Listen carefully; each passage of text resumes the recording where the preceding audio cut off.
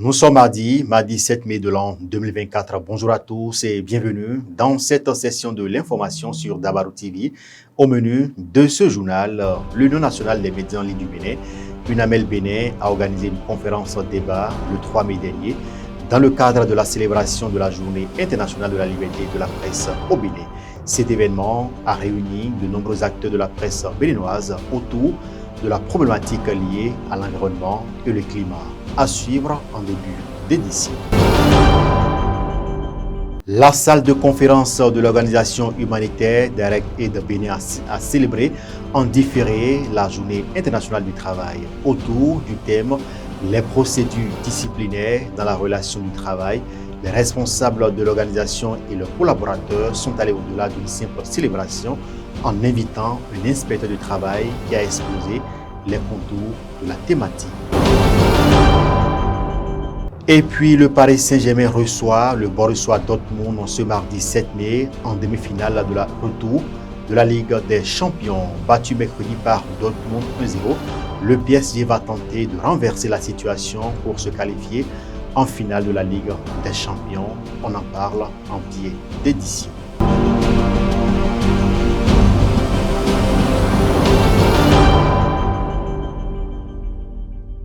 Voilà pour le sommaire. Bonjour et bienvenue si vous nous rejoignez. Ouvrons ce journal par cette information. L'Union nationale des médias en ligne du Bénin, UNAMEL Bénin, a organisé une conférence débat le 3 mai dernier dans le cadre justement de la célébration de la Journée internationale de la liberté de la presse au Bénin. La conférence débat a été l'occasion d'échanger sur les enjeux liés à la liberté de la presse au Bénin et dans le monde, notamment sur la pratique du journalisme écologique. On suit ce reportage pour plus de détails. L'Union nationale des médias en ligne du Bénin, UNAMEL, actionne la spécialisation de ses acteurs à la faveur de la célébration de la Journée mondiale de la liberté de la presse, édition 2024. Deux communications étaient présentées en lien avec le climat. Il est question aujourd'hui de parler un peu de ce que nous, journalistes, on peut faire en matière d'environnement.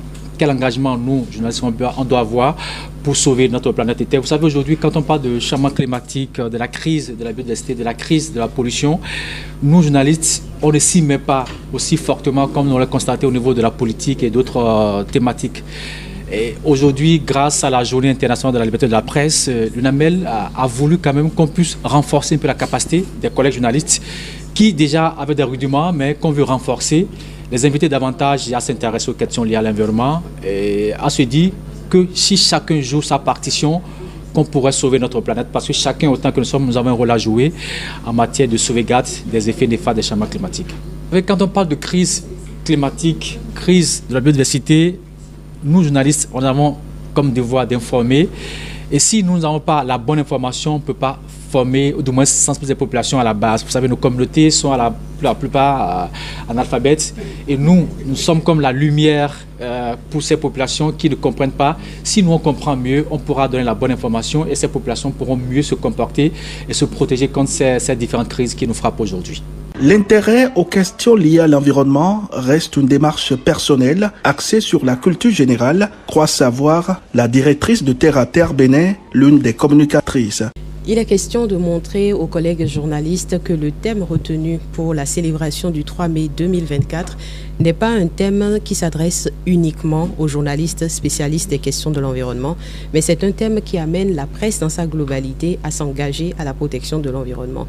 Quand la rédaction chauffe pour dire que qui que l'on soit, quel que soit votre profil, les questions environnementales vous impactent aussi. Dans une rédaction, on sent la chaleur. Dans une rédaction, on utilise des lumières. On est amené à adopter des gestes écolos. Pensez à ne pas imprimer quand ce n'est pas nécessaire. Pensez à éteindre la lampe quand on n'est pas dans une salle.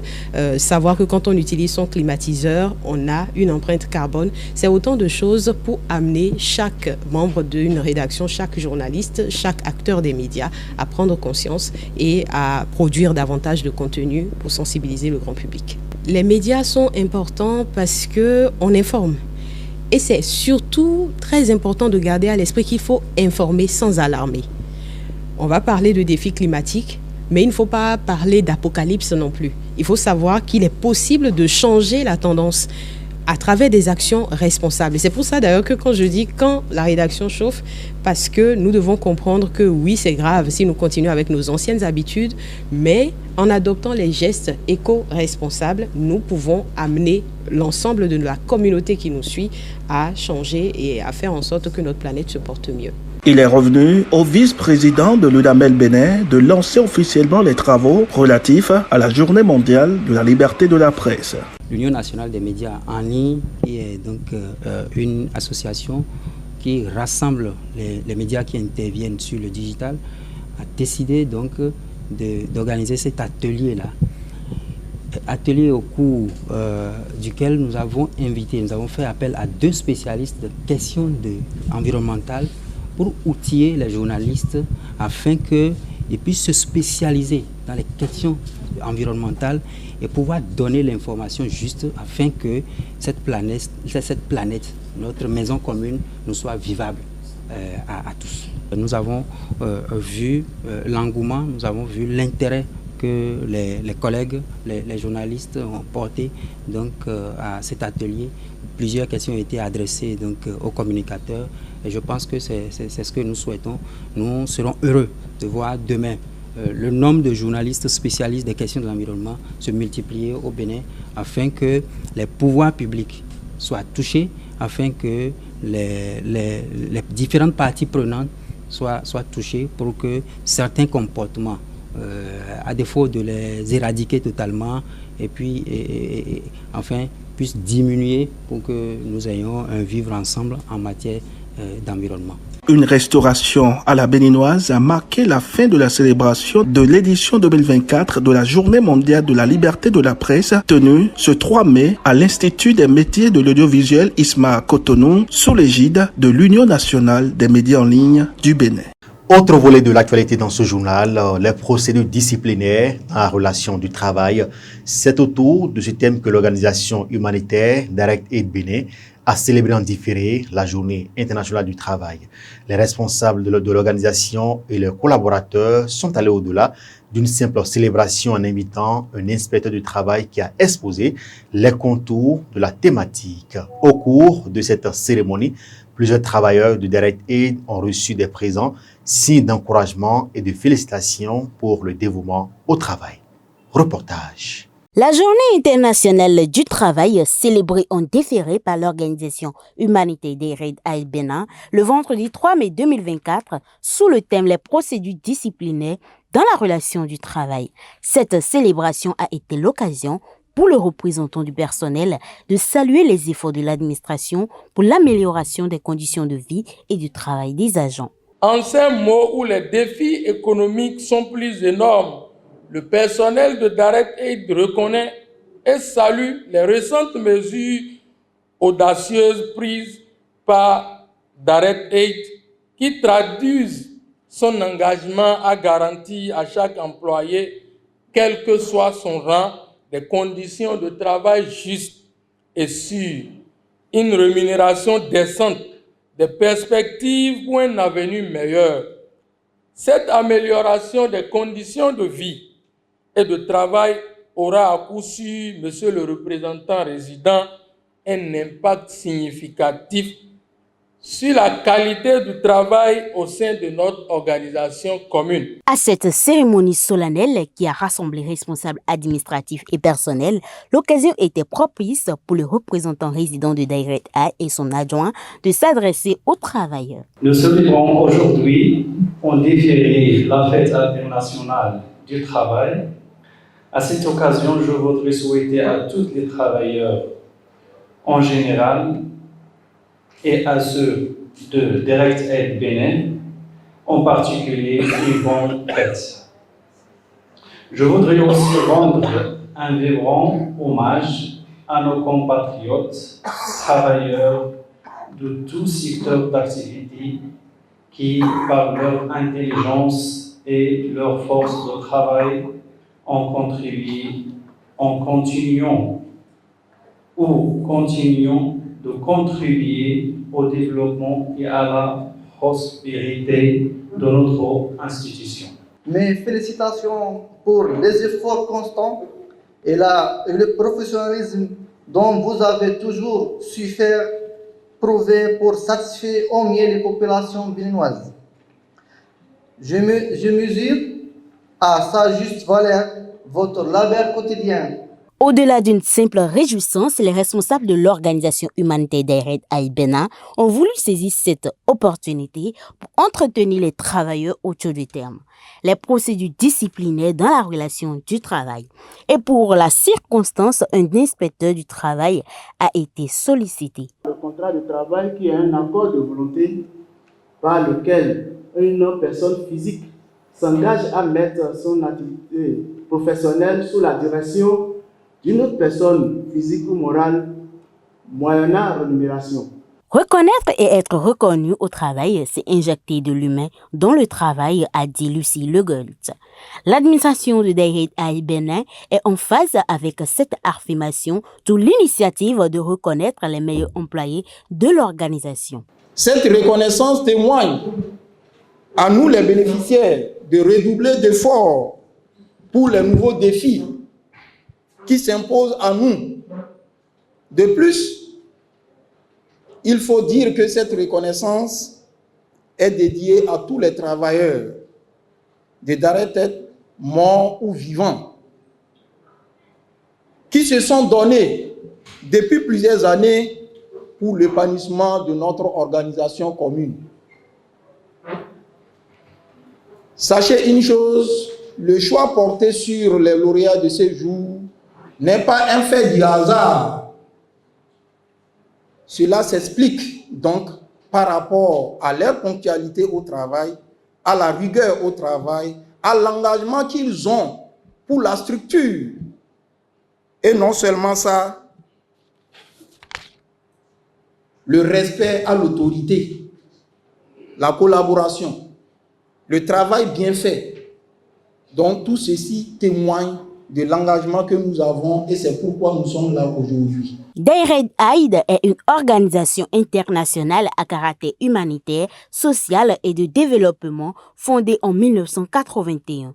Sa mission principale est de fournir des services distinctifs dans les domaines de l'éducation, la santé et bien d'autres. Daïred Aïd est présent au Bénin depuis 1997 avec un chapelet d'action à fort impact positif à son actif. Et puis on parle sport dans ce journal. Grande soirée au Parc des Princes ce mardi 7 mai 2024 pour prétendre à la finale de la Ligue des Champions le 1er juin prochain. Le PSG doit tout renverser face à Dortmund ce soir. Les Parisiens, battus en demi-finale aller 1-0 après un match sans relief et des occasions manquées, sont au pied du mur pour tenter de rejoindre le Bayern Munich ou le Real Madrid qui s'affrontent mercredi. Les champions de France doivent changer la donne devant le public. Voici ce que pensent des férus du Cuiron de cette rencontre qui aura justement lieu ce soir. Mais je pense quand même pour ce qui est du match Real de Madrid Bayern de Munich. Real de Madrid Bayern de Munich, ça va se jouer à 100 à l'heure du début jusqu'à la fin. Avantage à l'équipe qui reçoit parce que au Santiago Bernabéu c'est un peu différent. Il y a quelque chose qui pousse cette équipe du Real à toujours aller de l'avant même quand l'équipe se retrouve en difficulté. Donc c'est dire que les Bavarois auront faute à faire face à une équipe du Real qui cette saison nous a montré plusieurs facettes et on espère vivement que les poulains de Carlo Ancelotti vont vraiment suivre les consignes tactiques de leur entraîneur pour pouvoir venir à bout parce que les Allemands viendront en conquérant. Ils vont venir marcher sur Santiago Bernabéu et ça ne sera pas du tout facile pour le Real de Madrid. Mais de toutes les façons, ce qu'on a à retenir, c'est que le match sera vraiment tactique et ça va se jouer sur des détails. Maintenant, pour ce qui est de Paris Saint-Germain Dortmund, moi je ne vendrai pas très cher la peau des Allemands. Je dirais simplement que Paris a les armes qu'il faut pour venir à bout de cette équipe de Dortmund. Mais il va falloir un Kylian Mbappé et des grands jours parce que comme vous le savez déjà, quand il est un peu enrhumé, il y a tout le Paris Saint-Germain qui tousse. Et je pense qu'à Bernabéu, on appelle ça souvent la tombe. Donc on attend Bayern là-bas, Bayern qu'on va enterrer au Bernabéu. Donc là, j'ai pas peur. Donc on attend Bayern des pieds fermes. Et on va essayer de faire le maximum là pour les écarter afin de rencontrer qui viendra parmi les deux paresseux entre Paris et Dortmund. Et par rapport à ce match Paris-Dortmund, je pense que à Paris ça va chauffer. Ça va chauffer, mais Dortmund ne va pas se laisser faire. Et la possibilité que Dortmund puisse jouer derrière et conserver un nul est possible.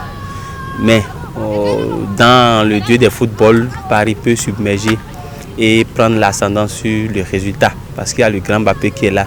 Le PSG n'a pas la chance de remporter cette demi-finale. Parce que Dortmund a déjà 2 fois l'expérience dans cette Ligue des Champions. C'est Dortmund qui va se qualifier. C'est Real Madrid qui va s'en sortir. Parce que Real Madrid, c'est un club qu'on peut dire un club de vaudou. Parce qu'ils ont déjà vécu Ligue des Champions la plusieurs fois. Tiens, le Real Madrid parce que j'aime trop le Real Madrid parce qu'ils jouent bien. Ils ont été toujours le meilleur club au monde. Donc tous les Champions League, je les soutiens toujours. Pour toujours gagner les matchs. Tous les matchs que je joue, je suis sûr que le Real Madrid va remporter la coupe, la Champions League cette année. Je suis sûr que c'est le Real Madrid qui va prendre la coupe. Pour Real contre Bayern, c'est Real qui va gagner. Et à la finale, Paris va emporter. Et puis les informations 24 heures sur le continent à présent. Au Togo, les résultats des législatives organisées le 29 avril 2024 suscitent beaucoup de réactions dans les rangs des partis de l'opposition. Le parti au pouvoir, l'Union pour la République unie, a remporté 108 sièges des 113 à pouvoir à l'Assemblée, selon la commission électorale. Le parti d'opposition, les Forces démocratiques pour la République, FDR, qui a obtenu un siège à l'Assemblée, ne reconnaît pas ces résultats. Nous n'avons jamais imaginé que les fraudes pouvaient atteindre une telle ampleur, affirme le président des FDR, Maître Paul Dodi Apevon. Face aux accusations de l'opposition qui pointent des fraudes de grande ampleur, Pascal Bodiana, conseiller politique du président de la République togolaise, répond au micro de RFI. Lorsqu'une élection est faite et qu'il y a des contestations, les voies de recours sont certainement ouvertes devant la Cour constitutionnelle et on va apporter les preuves des allégations dont on fait état.